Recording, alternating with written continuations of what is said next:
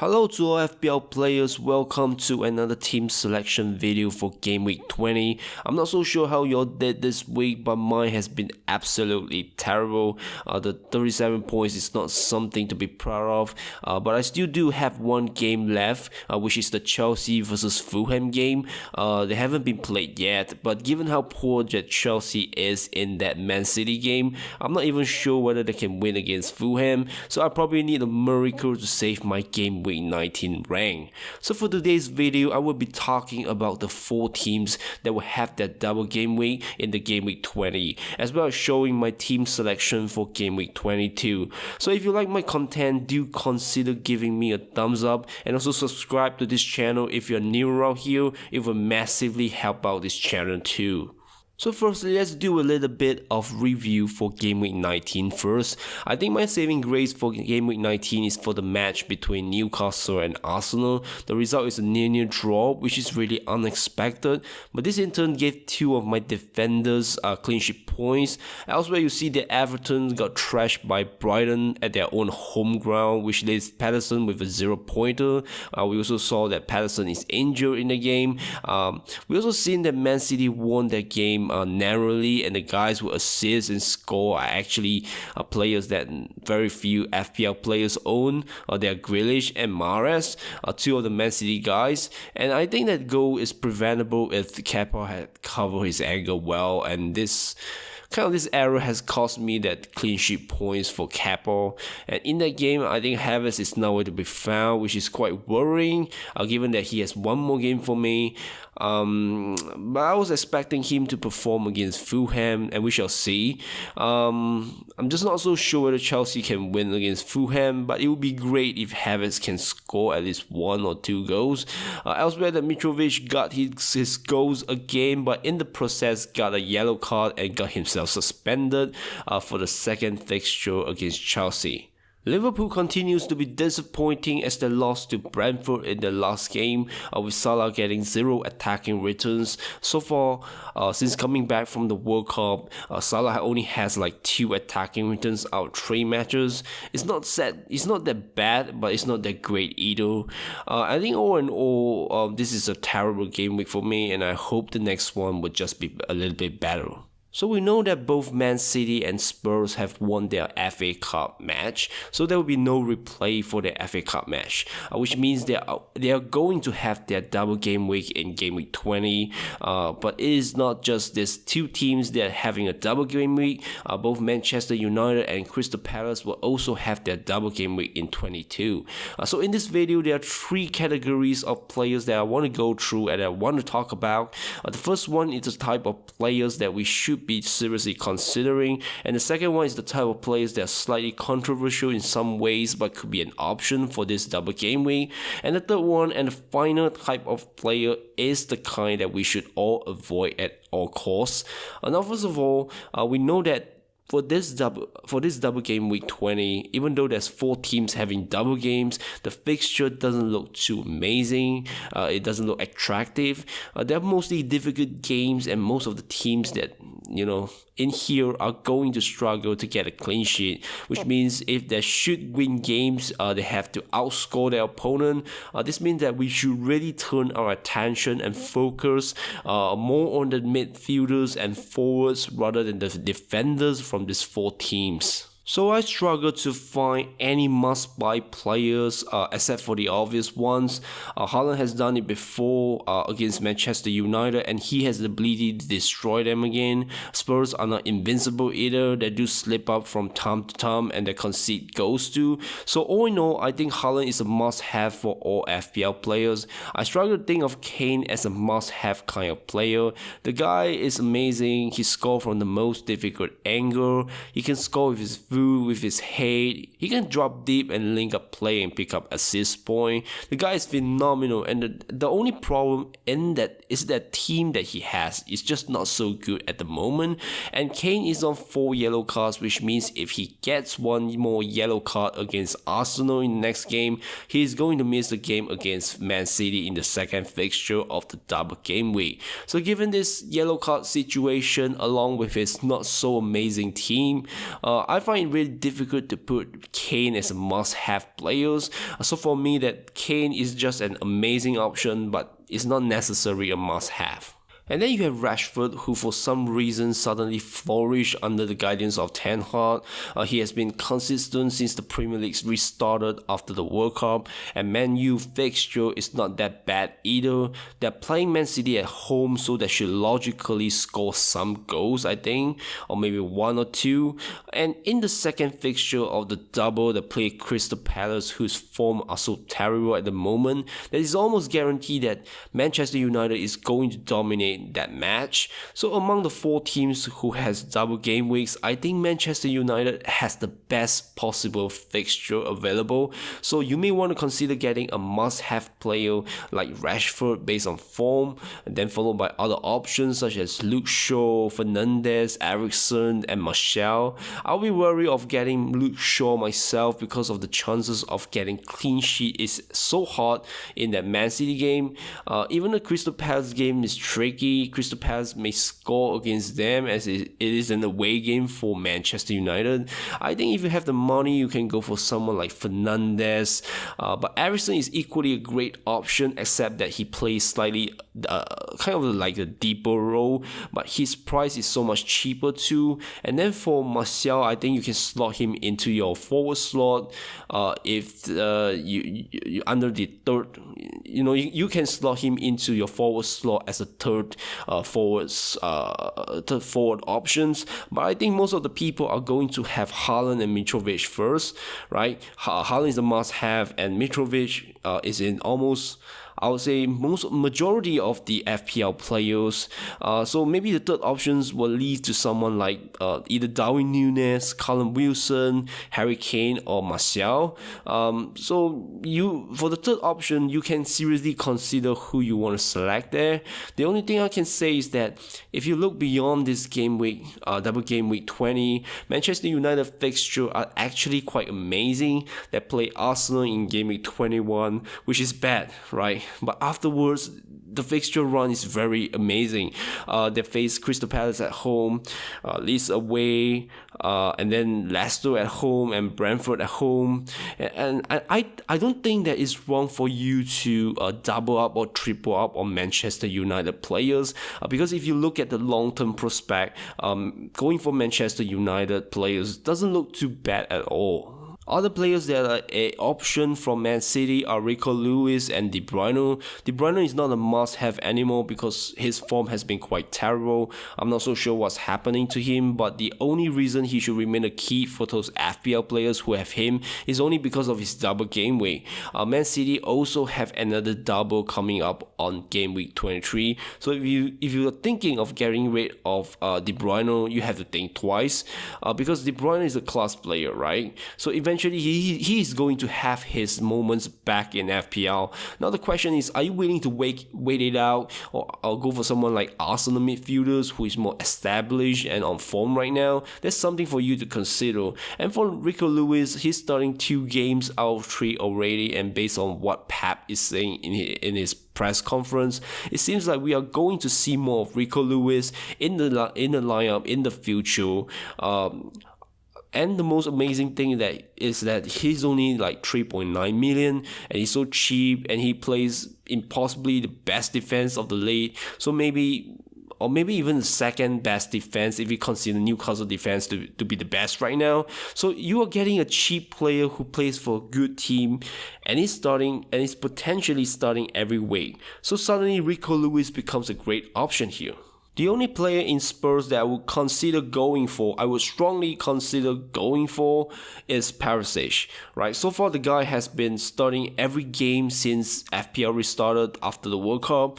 He does have that double advantage. He may get a clean sheet while also getting attacking returns. What this means is that if you look at most of the defenders like Ben White, for example, Ben White is not going to score you a lot of goals, right? So if you go for Ben White, you go for the clean sheet points, right? And if you go for Patterson, you go for the clean sheet points. If you go for let's say Trippier, you go for both clean sheet points and also his attacking returns. So same as goes for Perisic. If you go for Perisic, you are going for not just his clean sheet points, but you're also going for his attacking returns. I would say that he contributes not just behind, he also contributes up front. So I think he's a very good option for this double. And the only problem is that the double for Spurs is actually quite hard. It's actually the hardest out of the 4 teams. And Spurs will face Arsenal at home, followed by Man City away. I think this is the most difficult double among the 4 teams. So if you want to go for Perisic, it's a great option, but I'm just not so sure whether it's a strong option here. And for Crystal Palace players, the only 2 players I would consider is Zaha and Eze. But as you know, that players like Zaha is a troll. He never do well when you have him in your team. So I'm not so sure whether you should be wasting your precious transfer on Crystal Palace player.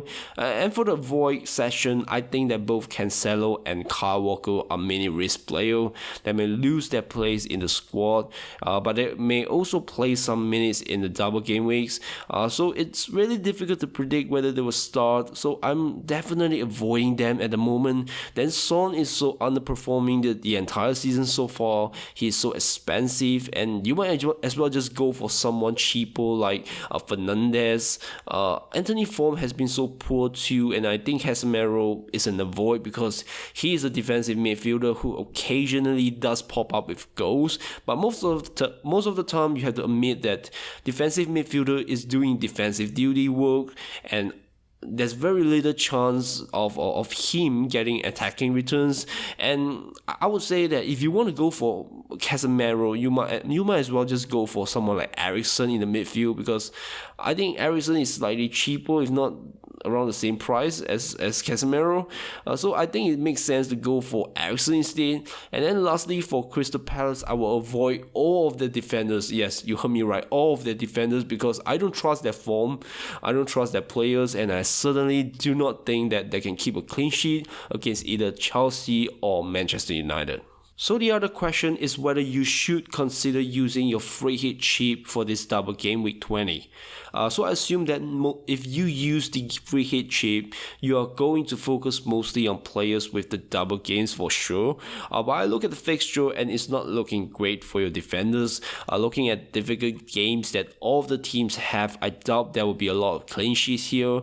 Most matches will end for both teams to score. So you are very limited to the kind of defenders you're going for, which is why attacking kind like the Luke Shaw or Perisic is so precious in this double game week. But even with these 2 players, you are actually gambling that they will get some attacking returns in the absence of clean sheet points, because the teams that they face is not a weak team. Even Crystal Palace Crystal Palace form has been so bad, and I would say that they're the worst among the 4, but the only problem is that they're not the weak team. They do have some quality to score goals against Manchester United. So I think that even if you go for Luke Shaw or Perisic, there still is a chance that they've been blank and get no attacking returns. And for your forward, and most of you are going to have Haaland for sure, right? Then it comes down to 2 of your other forwards. There's really not a lot of choices here. I think most of you will consider players like Kane and Martial, but outside of that, there's not a lot of options for you to consider either. So all in all, I don't feel that this is a good time to use that free hit chips. You might as well just save it for the later part of the seasons. If you really want to change a lot of players, you could consider taking a hit, a -4, a -8, because you are mostly going to earn back your points if you use your free hit chips in the later part of the season. So for Game Week 20 team selection, we start with a blank page, and my first player will be Kepa. Now you can say that Chelsea form is bad, but I can argue that Leicester form are equally bad too. So both team has been on a losing streak, and the only thing that is the deciding factor for me is that Chelsea will be playing their game at home ground, while Leicester will be playing away to Forest. So I think it makes sense for me to go with Kepa on this one. For my defenders, I've thought about transferring in Rico Lewis, but given that this double games for Man City isn't so amazing at all. I find it hard to imagine that Rico Lewis is getting any clean sheet points. But then again, I already have Kyle Walker, and I think he may be involved somehow. Maybe play some minutes in this double, because I find it really hard to imagine that Pep will actually stay with Rico Lewis, who is less experienced than Walker, and who doesn't have a lot of experience in such big games. I also have Bueno as my first team. They're facing West Ham, which is an okay and average fixture. I think this Wolves side has improved a lot since the new manager came in. Ben White are facing Spurs away, so the chances of getting clean sheets are so low, and Patterson is injured, so I would say that Bueno starts over the two of them.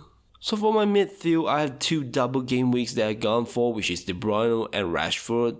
De Bruyne has been in poor form since he returned from the World Cup. The only reason why he's still in my team is because Man City have a double game week this week, as well as a double game week in game week 23. So it makes sense to keep De Bruyne for now. So the premium midfielder that I actually sacrificed is Mo Salah. I've switched Salah to Rashford in an attempt to free up some money too. I really like Rashford as a pick, right? He's a changed footballer who is currently on form right now. He seems to have scored. He seems to have found his scoring boost again, and a lot of his attacks, a lot of Manchester United attacks are going to revolve around Rashford too. Also, Manchester United fixture looks amazing after game week 21. So I'm thinking this in terms of long-term wise. I will be keeping Rashford if he's fit, if he's scoring again and again. I will be keeping him after game week 21. So I think that because Manchester United have this double in game week 20, and they will face Arsenal in game week 21, which is a difficult fixture. But then after that, the fixture after that is amazing. Crystal Palace at home, Leeds away, Leicester at home, and Brentford at home, which means that in this period you may want to have more Manchester United players in your team, especially players like Rashford here. And I also expect Almiron to get something from the Fulham game, because Fulham actually did quite well in their last two away games. They actually kept a clean sheet for both games, which is quite unusual. But against Newcastle, this is another challenge. So I do expect them to concede at least 1 or 2 goals. And if they do that, I think Almiron has a very good chance of getting a goal returns. And my next pick in midfield is Martinelli. Martinelli's form is not so bad. He has 2 goals and 1 assist since he came back from the World Cup. And Spurs defense has been so terrible. I mean, it's poor, right? So I think that I do expect Spurs to concede some goals against Arsenal. Moving up to my forward line, I'm excited about the double for Haaland, but I do know that everyone is going to have Haaland, and most likely everyone will captain him too. What I do like is my next pick, which is Harry Kane. Now Spurs is not doing so great, even though they get 4-0 against Crystal Palace last game, but I do feel that Spurs has not performed to their best in the recent games, and despite all this, I think Kane still continues to score in the most bizarre and difficult position, both with his feet and his head. This guy has phenomenal qualities for a forward, and I really like this pick a lot. I think both Arsenal and Man City are going to attack, so it will leave some space behind for Kane and Spurs to counter-attack, which I think that Kane could possibly take advantage and score a few goals too. And the last pick in my forward is Mitrovic. I think that Newcastle defense are solid and it won't be easy for Mitrovic to score. But I do think that with his suspension in the second game of game week 19, Mitrovic will be well rested for this game against Newcastle, and he may score after all. My bench consists of Ward, Andreas, White, and Patterson. I think it's a matter of preference for Kepa over Ward, and then Andreas is facing off against Newcastle, so it will be a difficult game. And also, if in that game Fulham does get any penalty, it will be Mitrovic taking. It won't be Andreas, unless Mitrovic is not around and not available. Ben White are facing Spurs, which is a derby game, and we know that derby game is always going to be high scoring, right? So it's not going to be an easy game for Ben White to get a clean sheet. And lastly, for Patterson, is also injured and will only be fit around mid to end Feb. Alright guys, we have come to the end of the video. If you do like my content, please like this video and smash that like button and subscribe to this channel for future FPL content. All the best to everyone for this double game week 20, and I will see you all again in the next one. Goodbye.